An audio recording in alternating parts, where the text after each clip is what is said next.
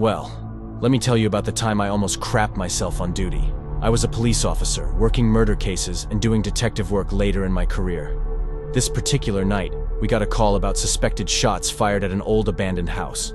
My partner and I were the closest to the location, so we rushed there.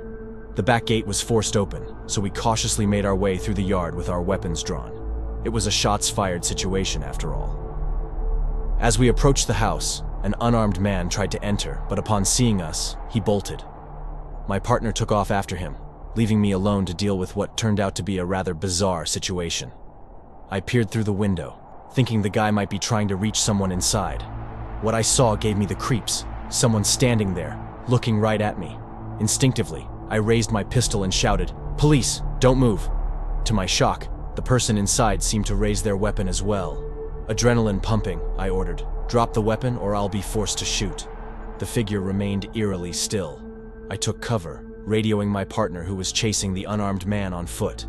As I reappeared, expecting the mysterious figure to be gone, I looked inside again.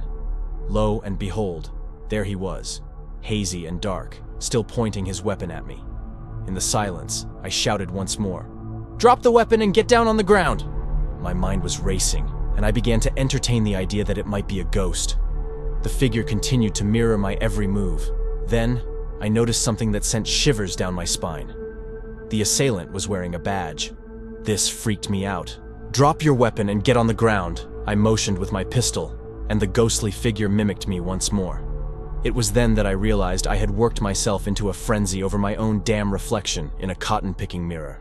That's the story of how I almost crapped myself on duty. I arrive at work at 600. I finished work at 2200 the previous night and ended up running into an assault on an old man on the way home. My commute was about an hour, so instead of getting home at 2300, I get home at around 23:45. I have a quick bite with my wife and get to bed around 30. Up at 415 and back into work.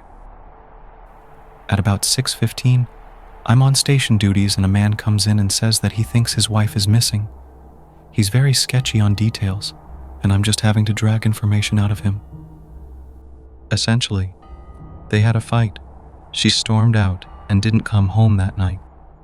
I check her on the system, and she's a respondent for a couple of domestic violence orders. I dig a little deeper, and I discover that they are actually against her son, rather than her husband. I am very, very tired and a little cranky.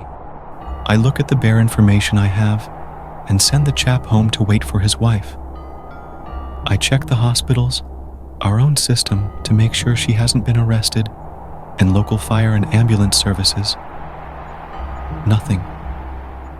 I circulate her details to all units in the city and record the incident. I have done enough to cover my ass, and technically there isn't actually anything else for me to do for a while. I go and get a cup of coffee, and all I wanted to do is sleep, but something didn't sit right with me. I was suspicious of her husband. He seemed like he was hiding something. I went down to my skipper and asked him if I could go to the house and have a look around and maybe talk to the husband again. The skipper isn't delighted about it because it means he'll have to cover the desk because we're short-staffed, but he agrees like a trooper, and off I jolly well trot. I arrive at the house and talk to the husband again and ask him if I can have a look around. There might be something that might shed some light on where she might have gone.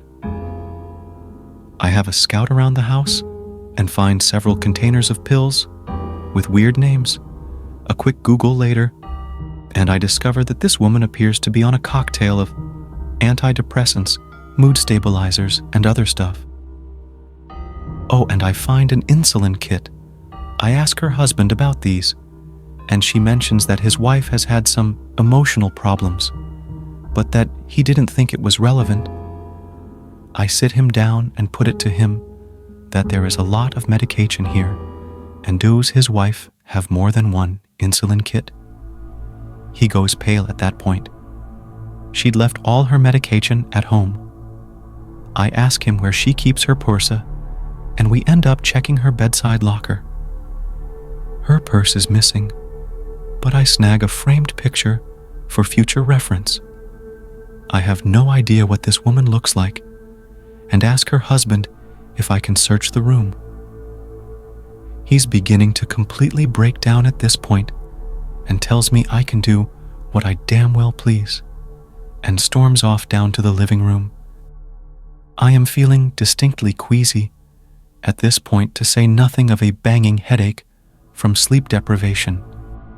I don't find any suspicious holes in the wardrobe where she might have taken clothes, any secret stashes of cash or drugs.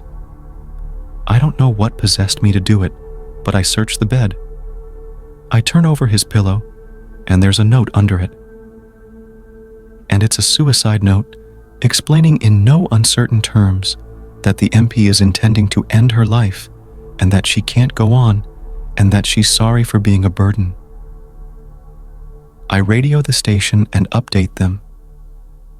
I then have to walk down to the living room and tell this woman's husband that he had been sleeping on her suicide note overnight and never noticed. That was probably one of the hardest things I've ever been called upon to do, bar dealing with dead children. I found her eventually, though it took another 8 hours. We pinged her phone to a nearby town, but that just gave us a general locality. I put the town to her husband, but he said that she didn't have any friends or family there. After 15 minutes later, he calls me back and tells me that they spent a weekend there, shortly after they got married. I call the hotel they stayed in on that occasion, but they've no one by that name. I went down in person and showed them the picture, and the lady at the desk told me that a guest answering that description had just left for a walk on the pier. I went out to the pier and found her, and we had a bit of a chat. Nothing dramatic. She told me I looked awful, and I said that I was just very tired.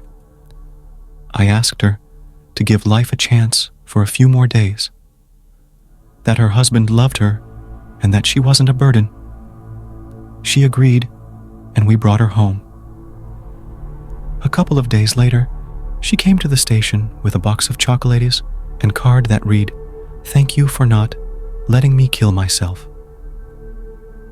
When I realized how close I had been to just letting the matter rest because I had ticked all the boxes on the list, I went to the toilet at the back of the station and threw up for what felt like an hour.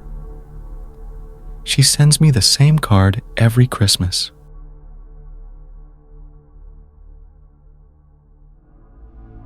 Police officer working the desk, 1500 to 2300, fire alarm signal goes off.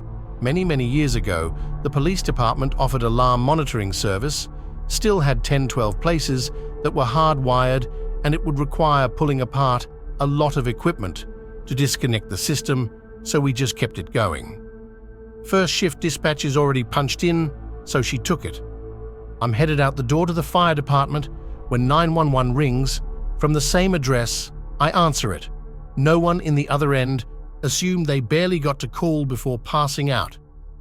I bolt out the back door, hop in a squad car, radio in the 911 call on channel 3 that both police fire can hear, and that I'm going directly to the house. Arrive just as another unit shows up. No signs of smoke, no sign of anything. Older woman comes walking up the street, pushing a wheelchair with an elderly lady, her mother. They live there and just went out for an early evening stroll before dinner. Tell them what we have going on. Nobody else lives there, and as far as the elderly lady can remember, the alarm was disconnected from the house years ago during some renovations. They don't have any alarm system either, just a couple of smoke fire detectors. We do a walk around the house, get to the back door off the kitchen, and you can clearly see and smell gas. We turned off the gas at the main, set up some fans to air it out, and find a cracked gas line going to the oven.